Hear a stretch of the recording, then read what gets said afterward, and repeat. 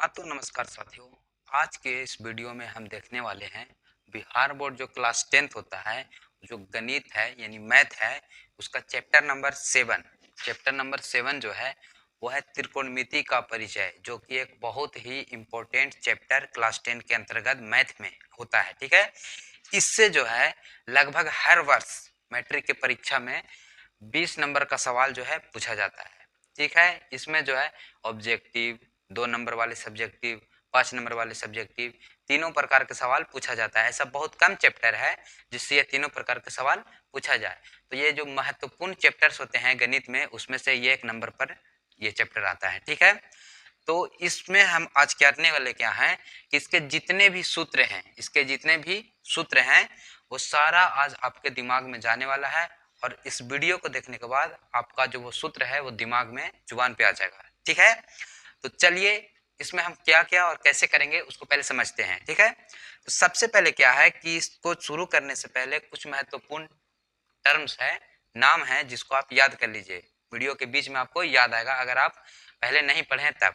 सबसे पहले जो इस प्रकार का साइन आपको देखने को मिलेगा, इसको जो हम कहते हैं वह थीटा कहते हैं। क्या कहते हैं? जब इस टाइप का अगर आपको ऐसे मिलेगा इसको हम थीटा कहेंगे। ठीक है, ये जो छह जो अनुपात दिए हैं, ठीक है, ये त्रिकोणमितीय अनुपात है 6। ठीक है, इसमें इसको कहते हैं साइन, जो कि हिंदी में लिखा हुआ है।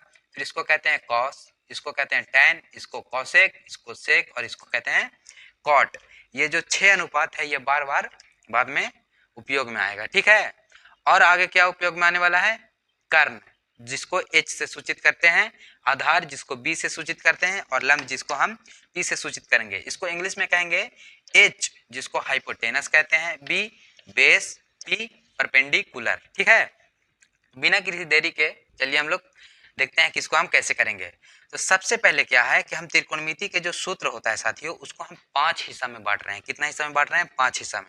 सबसे पहला क्या है? त्रिकोणमितीय अनुपात। ठीक है, सबसे पहले हम देखेंगे त्रिकोणमितीय अनुपात। उसके बाद दूसरा नंबर में देखेंगे हम व्युत्क्रम संबंध। ठीक है, तीसरे में देखेंगे त्रिकोणमितीय सर्वसमीका, चौथे में देखेंगे पूरक कोणों का अनुप्रयोग, और पांचवें में देखेंगे सारणी यानी कि टेबल वाले सूत्र। तो सबसे पहले इसमें देखते हैं, कुछ पॉइंट है उसको समझिए। त्रिकोणमितीय अनुपात वाला है, उसको शुरू करते हैं। ठीक है, तो जो 1 नंबर पर है त्रिकोणमितीय अनुपात, ठीक है, उसको हम सूत्र को पूरी बेहतरीन तरीका से समझते हैं। ठीक है, आप देखिए और कॉपी पे नोट करते जाइएगा। कॉपी नहीं है तो स्क्रीनशॉट जरूर लीजिएगा। सबसे पहले क्या है कि ये एक त्रिभुज है। ठीक है, और ये कोई आम त्रिभुज नहीं बल्कि एक समकोण त्रिभुज है। किस टाइप का त्रिभुज है ये? समकोण त्रिभुज। ठीक है, समकोण त्रिभुज। तो आपको पता होगा साथियों कि जो समकोण त्रिभुज है उसका जो एक कोण होता है वो 90 डिग्री का कोण बनाता है। कितने डिग्री का? 90 डिग्री का कोण बनाता है, जो कि यहाँ पहले से लिखा हुआ है। इसमें जो है कोण, 3 गो कोण होते हैं, कोण ए, कोण बी और कोण सी। जिसमें कोण बी जो है वहां पे 90 डिग्री का कोण बन रहा है, और जहां पे कोण सी है वहां पे क्या बन रहा है? थीटा बन रहा है। क्या बन रहा है? थीटा बन रहा है। अब इसी से हम संबंधित सारा चीज देख लेते हैं। मान लीजिए कि कोई समकोण त्रिभुज है कहीं पे, और उसमें जो है मान लीजिए कि कोण सी पे क्या बन रहा है? थीटा बन रहा है। तो जब कोण सी पे थीटा बनेगा साथियों, तो उसके जो सामने वाला जो भुजा होगा, उसको हम लंब कहेंगे। क्या कहेंगे? लंब कहेंगे। उसको जो है इंग्लिश में सूचित करते हैं पी शब्द। लंब को परपेंडिकुलर कहते हैं, उसका पहला वर्ड पी ले लेते हैं इसको सूचित करने के लिए।